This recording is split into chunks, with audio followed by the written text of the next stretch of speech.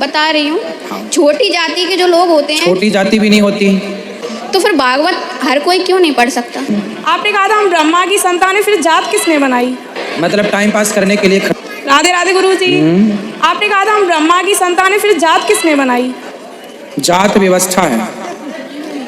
जैसे यहाँ कथा हो रही है तो कथा में स्त्रियों की व्यवस्था अलग है, बैठने की पुरुषों की अलग, बिठालने वाले व्यवस्थापक अलग हैं, ये टेंट लगाने वाले अलग हैं, ये साउंड लगाने वाले अलग हैं। ये सब कौन है? व्यवस्थापक। क्या बिना व्यवस्थापक की व्यवस्था होगी? नहीं। उसी तरह समाज की 4 व्यवस्था है। ब्राह्मण एक व्यवस्था है, क्षत्रिय एक व्यवस्था है, वैश्य की व्यवस्था है। ब्राह्मण का काम है वेद पढ़ना पढ़ाना, क्षत्रिय का काम है देश की रक्षा करना, वैश्य का काम है आर्थिक रूप से देश को मजबूत करना, और शूद्र का काम है सबके साथ कंधे से कंधा मिलाकर खड़ा होकर सेवा करना। तो ये व्यवस्था बनाई गई है। बाद में कुछ लोगों ने भेदभाव पैदा किया। भगवान ने जब बनाया तो क्या बनाया? व्यवस्था बनाई। ब्राह्मण कोई जाति नहीं है, ब्राह्मण एक व्यवस्था है। क्षत्रिय कोई जाति नहीं है, व्यवस्था है।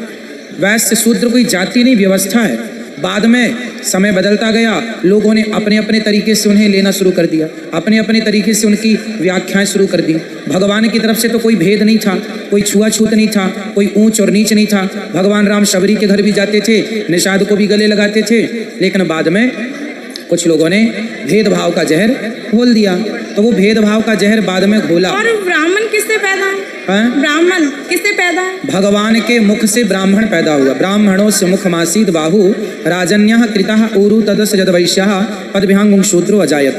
क्षत्रिय भगवान की भुजाओं से प्रकट हुए, वैश्य भगवान की जंघाओं से, और शूद्र भगवान के चरणों से। चारों के पिता भगवान। और कोई सवाल? नहीं। समझ में आया? क्या समझ में आया? पहले ये बताओ, बात कराओ, क्या समझ में आया आपके? हाँ समझ में आया। क्या समझ में आया? बताओ बेटा। पूछा था टाइम पास के लिए कि कुछ जानने के लिए? जानने के लिए। तो क्या जाना आपने? फास्ट क्या समझाया हमने आपको? मतलब टाइम पास करने के लिए खड़े थे हैं? चलो हो गया टाइम पास आपका? ठीक है। अब कौन है? 2 प्रश्न है मेरे। पूछो। राम जी की बहन का क्या नाम है? शांता। अच्छा, इसका चित्रण नहीं किया? है। अच्छा। भागवत जी में है, 9वें स्कंध में। एक और प्रश्न, जो हमसे नीच कोटि के लोग होते हैं, नीच कोटि का कोई नहीं होता। नहीं मतलब बता रही हूँ, छोटी जाति के जो लोग होते हैं, छोटी जाति भी नहीं होती। तो आप बताओ। नहीं, आप पूछना क्या चाह रहे हैं पहले ये मैं ये बताना चाहती हूँ जाति ना कोई ऊंची होती है ना कोई नीची। तो फिर कोई नीच नहीं होता।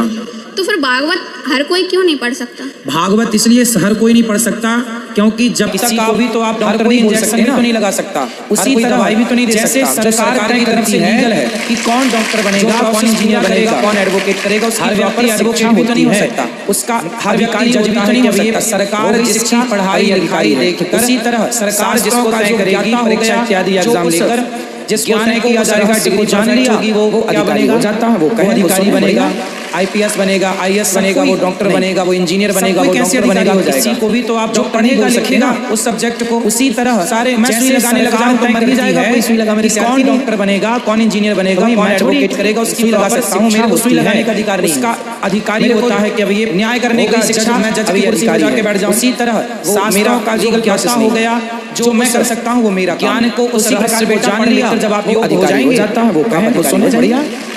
राम जी की बहन सब कोई शांता, सब कोई कैसे अधिकारी हो जाएगा?